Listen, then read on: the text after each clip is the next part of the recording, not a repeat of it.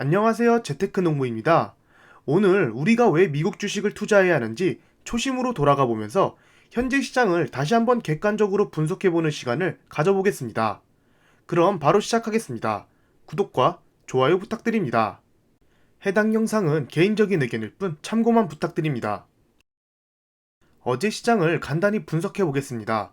나스닥이 어느 정도 반등을 보이면서 상승을 했습니다. 어제 영상에서 말씀드렸다시피 인준 청문회에 참석한 파월 발언 이후 나스닥이 상승했습니다. 왜 상승했는지 요약해보자면 기존에는 테이퍼링 종료와 함께 금리 인상과 양적 긴축을 같이 시작할 것으로 시장이 예상했습니다. 인준 청문회에서 파월은 인플레이션은 적극적으로 잡을 것이고 금리 인상은 올해 추가로 더 할 수 있다고 밝혔습니다.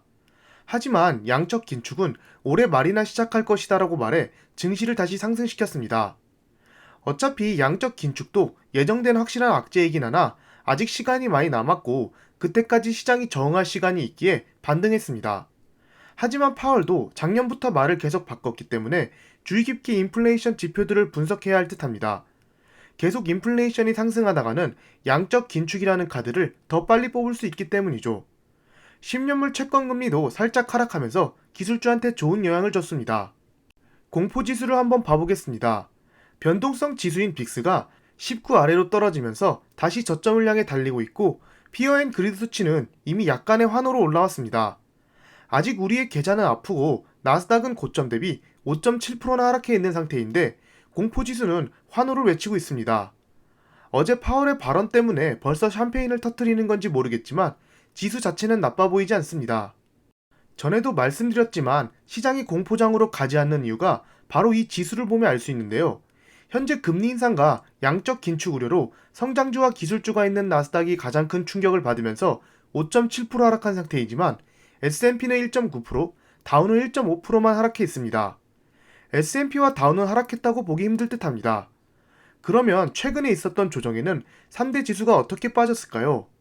먼저 작년 9월 조정장 때는 3대 지수 모두 골고루 떨어진 것을 볼 수 있습니다. 나스닥이 훨씬 많이 오른 만큼 변동성이 크기에 더 많이 하락했지만 지금 조정장만큼 혼자만 하락하지 않았습니다. 작년 말에 있었던 조정은 9월 조정장보다 훨씬 더 큰 하락을 했습니다. 지금 표시한 작년 조정장들은 헝다 이슈 등 여러 악재들이 있었지만 주 원인은 결국 테이퍼링과 금리 인상이었습니다. 3대 지수 모두 그 영향을 받아서 같이 하락했습니다. 하지만 지금은 어떤가요? 금리 인상과 양적 긴축이 나스닥에 더 안 좋은 건 사실이지만 작년 조정장과 다르게 S&P와 다우는 크게 하락했다고 볼 수 없습니다. 그렇기에 제가 말씀드리는 것은 다우와 S&P가 버티고 있다면 우리가 우려하는 진정한 공포장이 오지 않을 확률이 높다는 것입니다. 그리고 파월이 1월 FOMC를 앞두고 양적 긴축을 연말에 하겠다고 밝힌 만큼 이미 결과가 예상되어 있다고 시장이 판단한 듯합니다. 지금 화면에 보이는 조정장은 결국 코로나로 인해 커진 유동성을 걷어들이려는 패드의 정책이 주가에 미리 선반영됐다고 보시면 됩니다. 가장 최근에 있었던 금리 인상 시 나스닥 차트입니다. 지금은 이때보다는 충격이 덜할 가능성이 높아 보입니다. 만약에 3월 금리 인상 시작 전까지 나스닥이 고점을 뚫지 못하고 박스권을 유지한다면 작년에 있었던 테이퍼링 발표처럼 금리 인상 발표가 악재 해소로 판단되어 급등할 수도 있습니다. 아직은 이러한 악재가 해소되지 않고 숨겨진 악재들도 있어 박스권을 유지할 확률이 높으나 나스닥에는 우량한 주식들도 많고 올해도 좋은 가이던스가 예정되어 있습니다. 결국 나스닥은 실적을 바탕으로 상승할 힘을 쌓아갈 것입니다.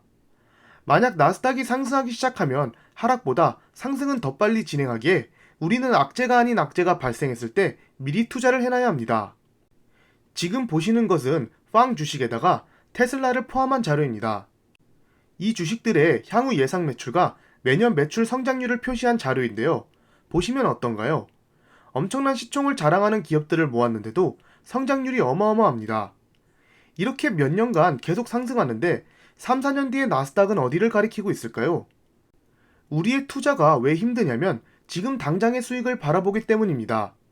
왜 내가 사자마자 떨어지고 조정장이 시작되고 세계가 무너지는 뉴스들이 나오는지 이해가 안 될 겁니다. 저 또한 그랬습니다.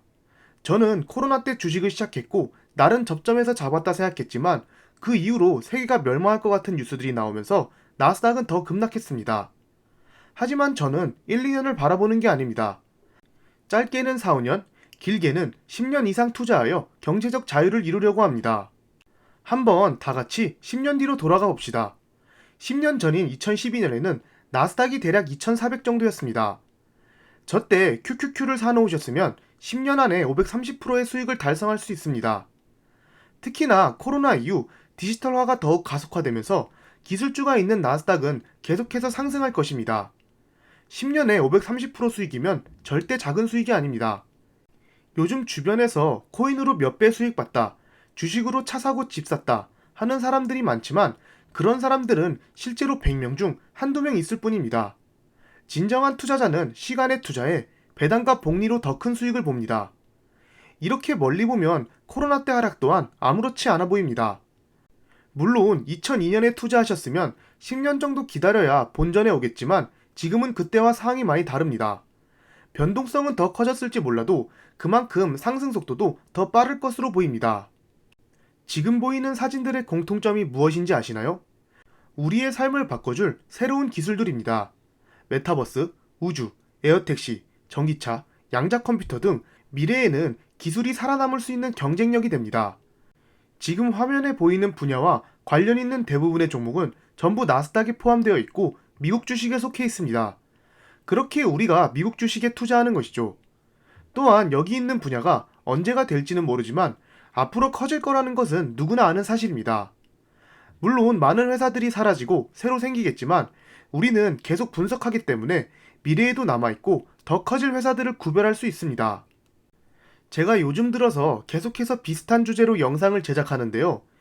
여러분의 멘탈을 잡아드리면서 현재 시장을 객관적으로 분석해 우리의 투자 실력을 높이기 위해서입니다. 주식시장은 분석도 중요하지만 멘탈도 아주 많은 부분을 차지한다고 생각합니다. 사람들이 미국 시장에 투자하는 가장 큰 이유는 나스닥은 우상향하기 때문입니다. 결국 지금 나스닥이 10% 하락하고 떨어져 있어도 멀리 보면 지금 오늘이 다시 못 볼 저점이라 생각합니다. 가장 편한 투자는 10년 뒤에 살아남을 기업을 분석해서 장이 떨어지든 말든 적금식으로 매매하는 것이라 생각합니다. 당장의 수익을 위해 단타를 치고 너무 많은 비중을 아직 매출이 없는 성장주에 투자해서 돈을 버는 것은 10명 중 1명만 성공한다고 생각합니다. 저 또한 성장주에 투자 중이지만 계속 말씀드렸다시피 그리 큰 비중은 아니고 적은 비중으로 조금씩 매수하고 있습니다. 어느 정도의 현금, 적당한 성장주 투자, 그리고 우량한 종목들과 배당 성장주 위주로 공부해서 포트폴리오를 구성하신다면 10년 뒤에는 앞서 보셨던 530%가 아닌 그 이상의 수익을 볼 수 있다고 생각합니다. 우리 모두 10년 뒤에 엄청난 수익률로 경제적 자유를 이룰 때까지 다 같이 화이팅 해봅시다. 절대 투자 추천 영상이 아닌 개인적인 의견이니 참고만 부탁드립니다. 지금까지 제 영상을 봐주셔서 감사합니다. 구독과 좋아요 부탁드립니다.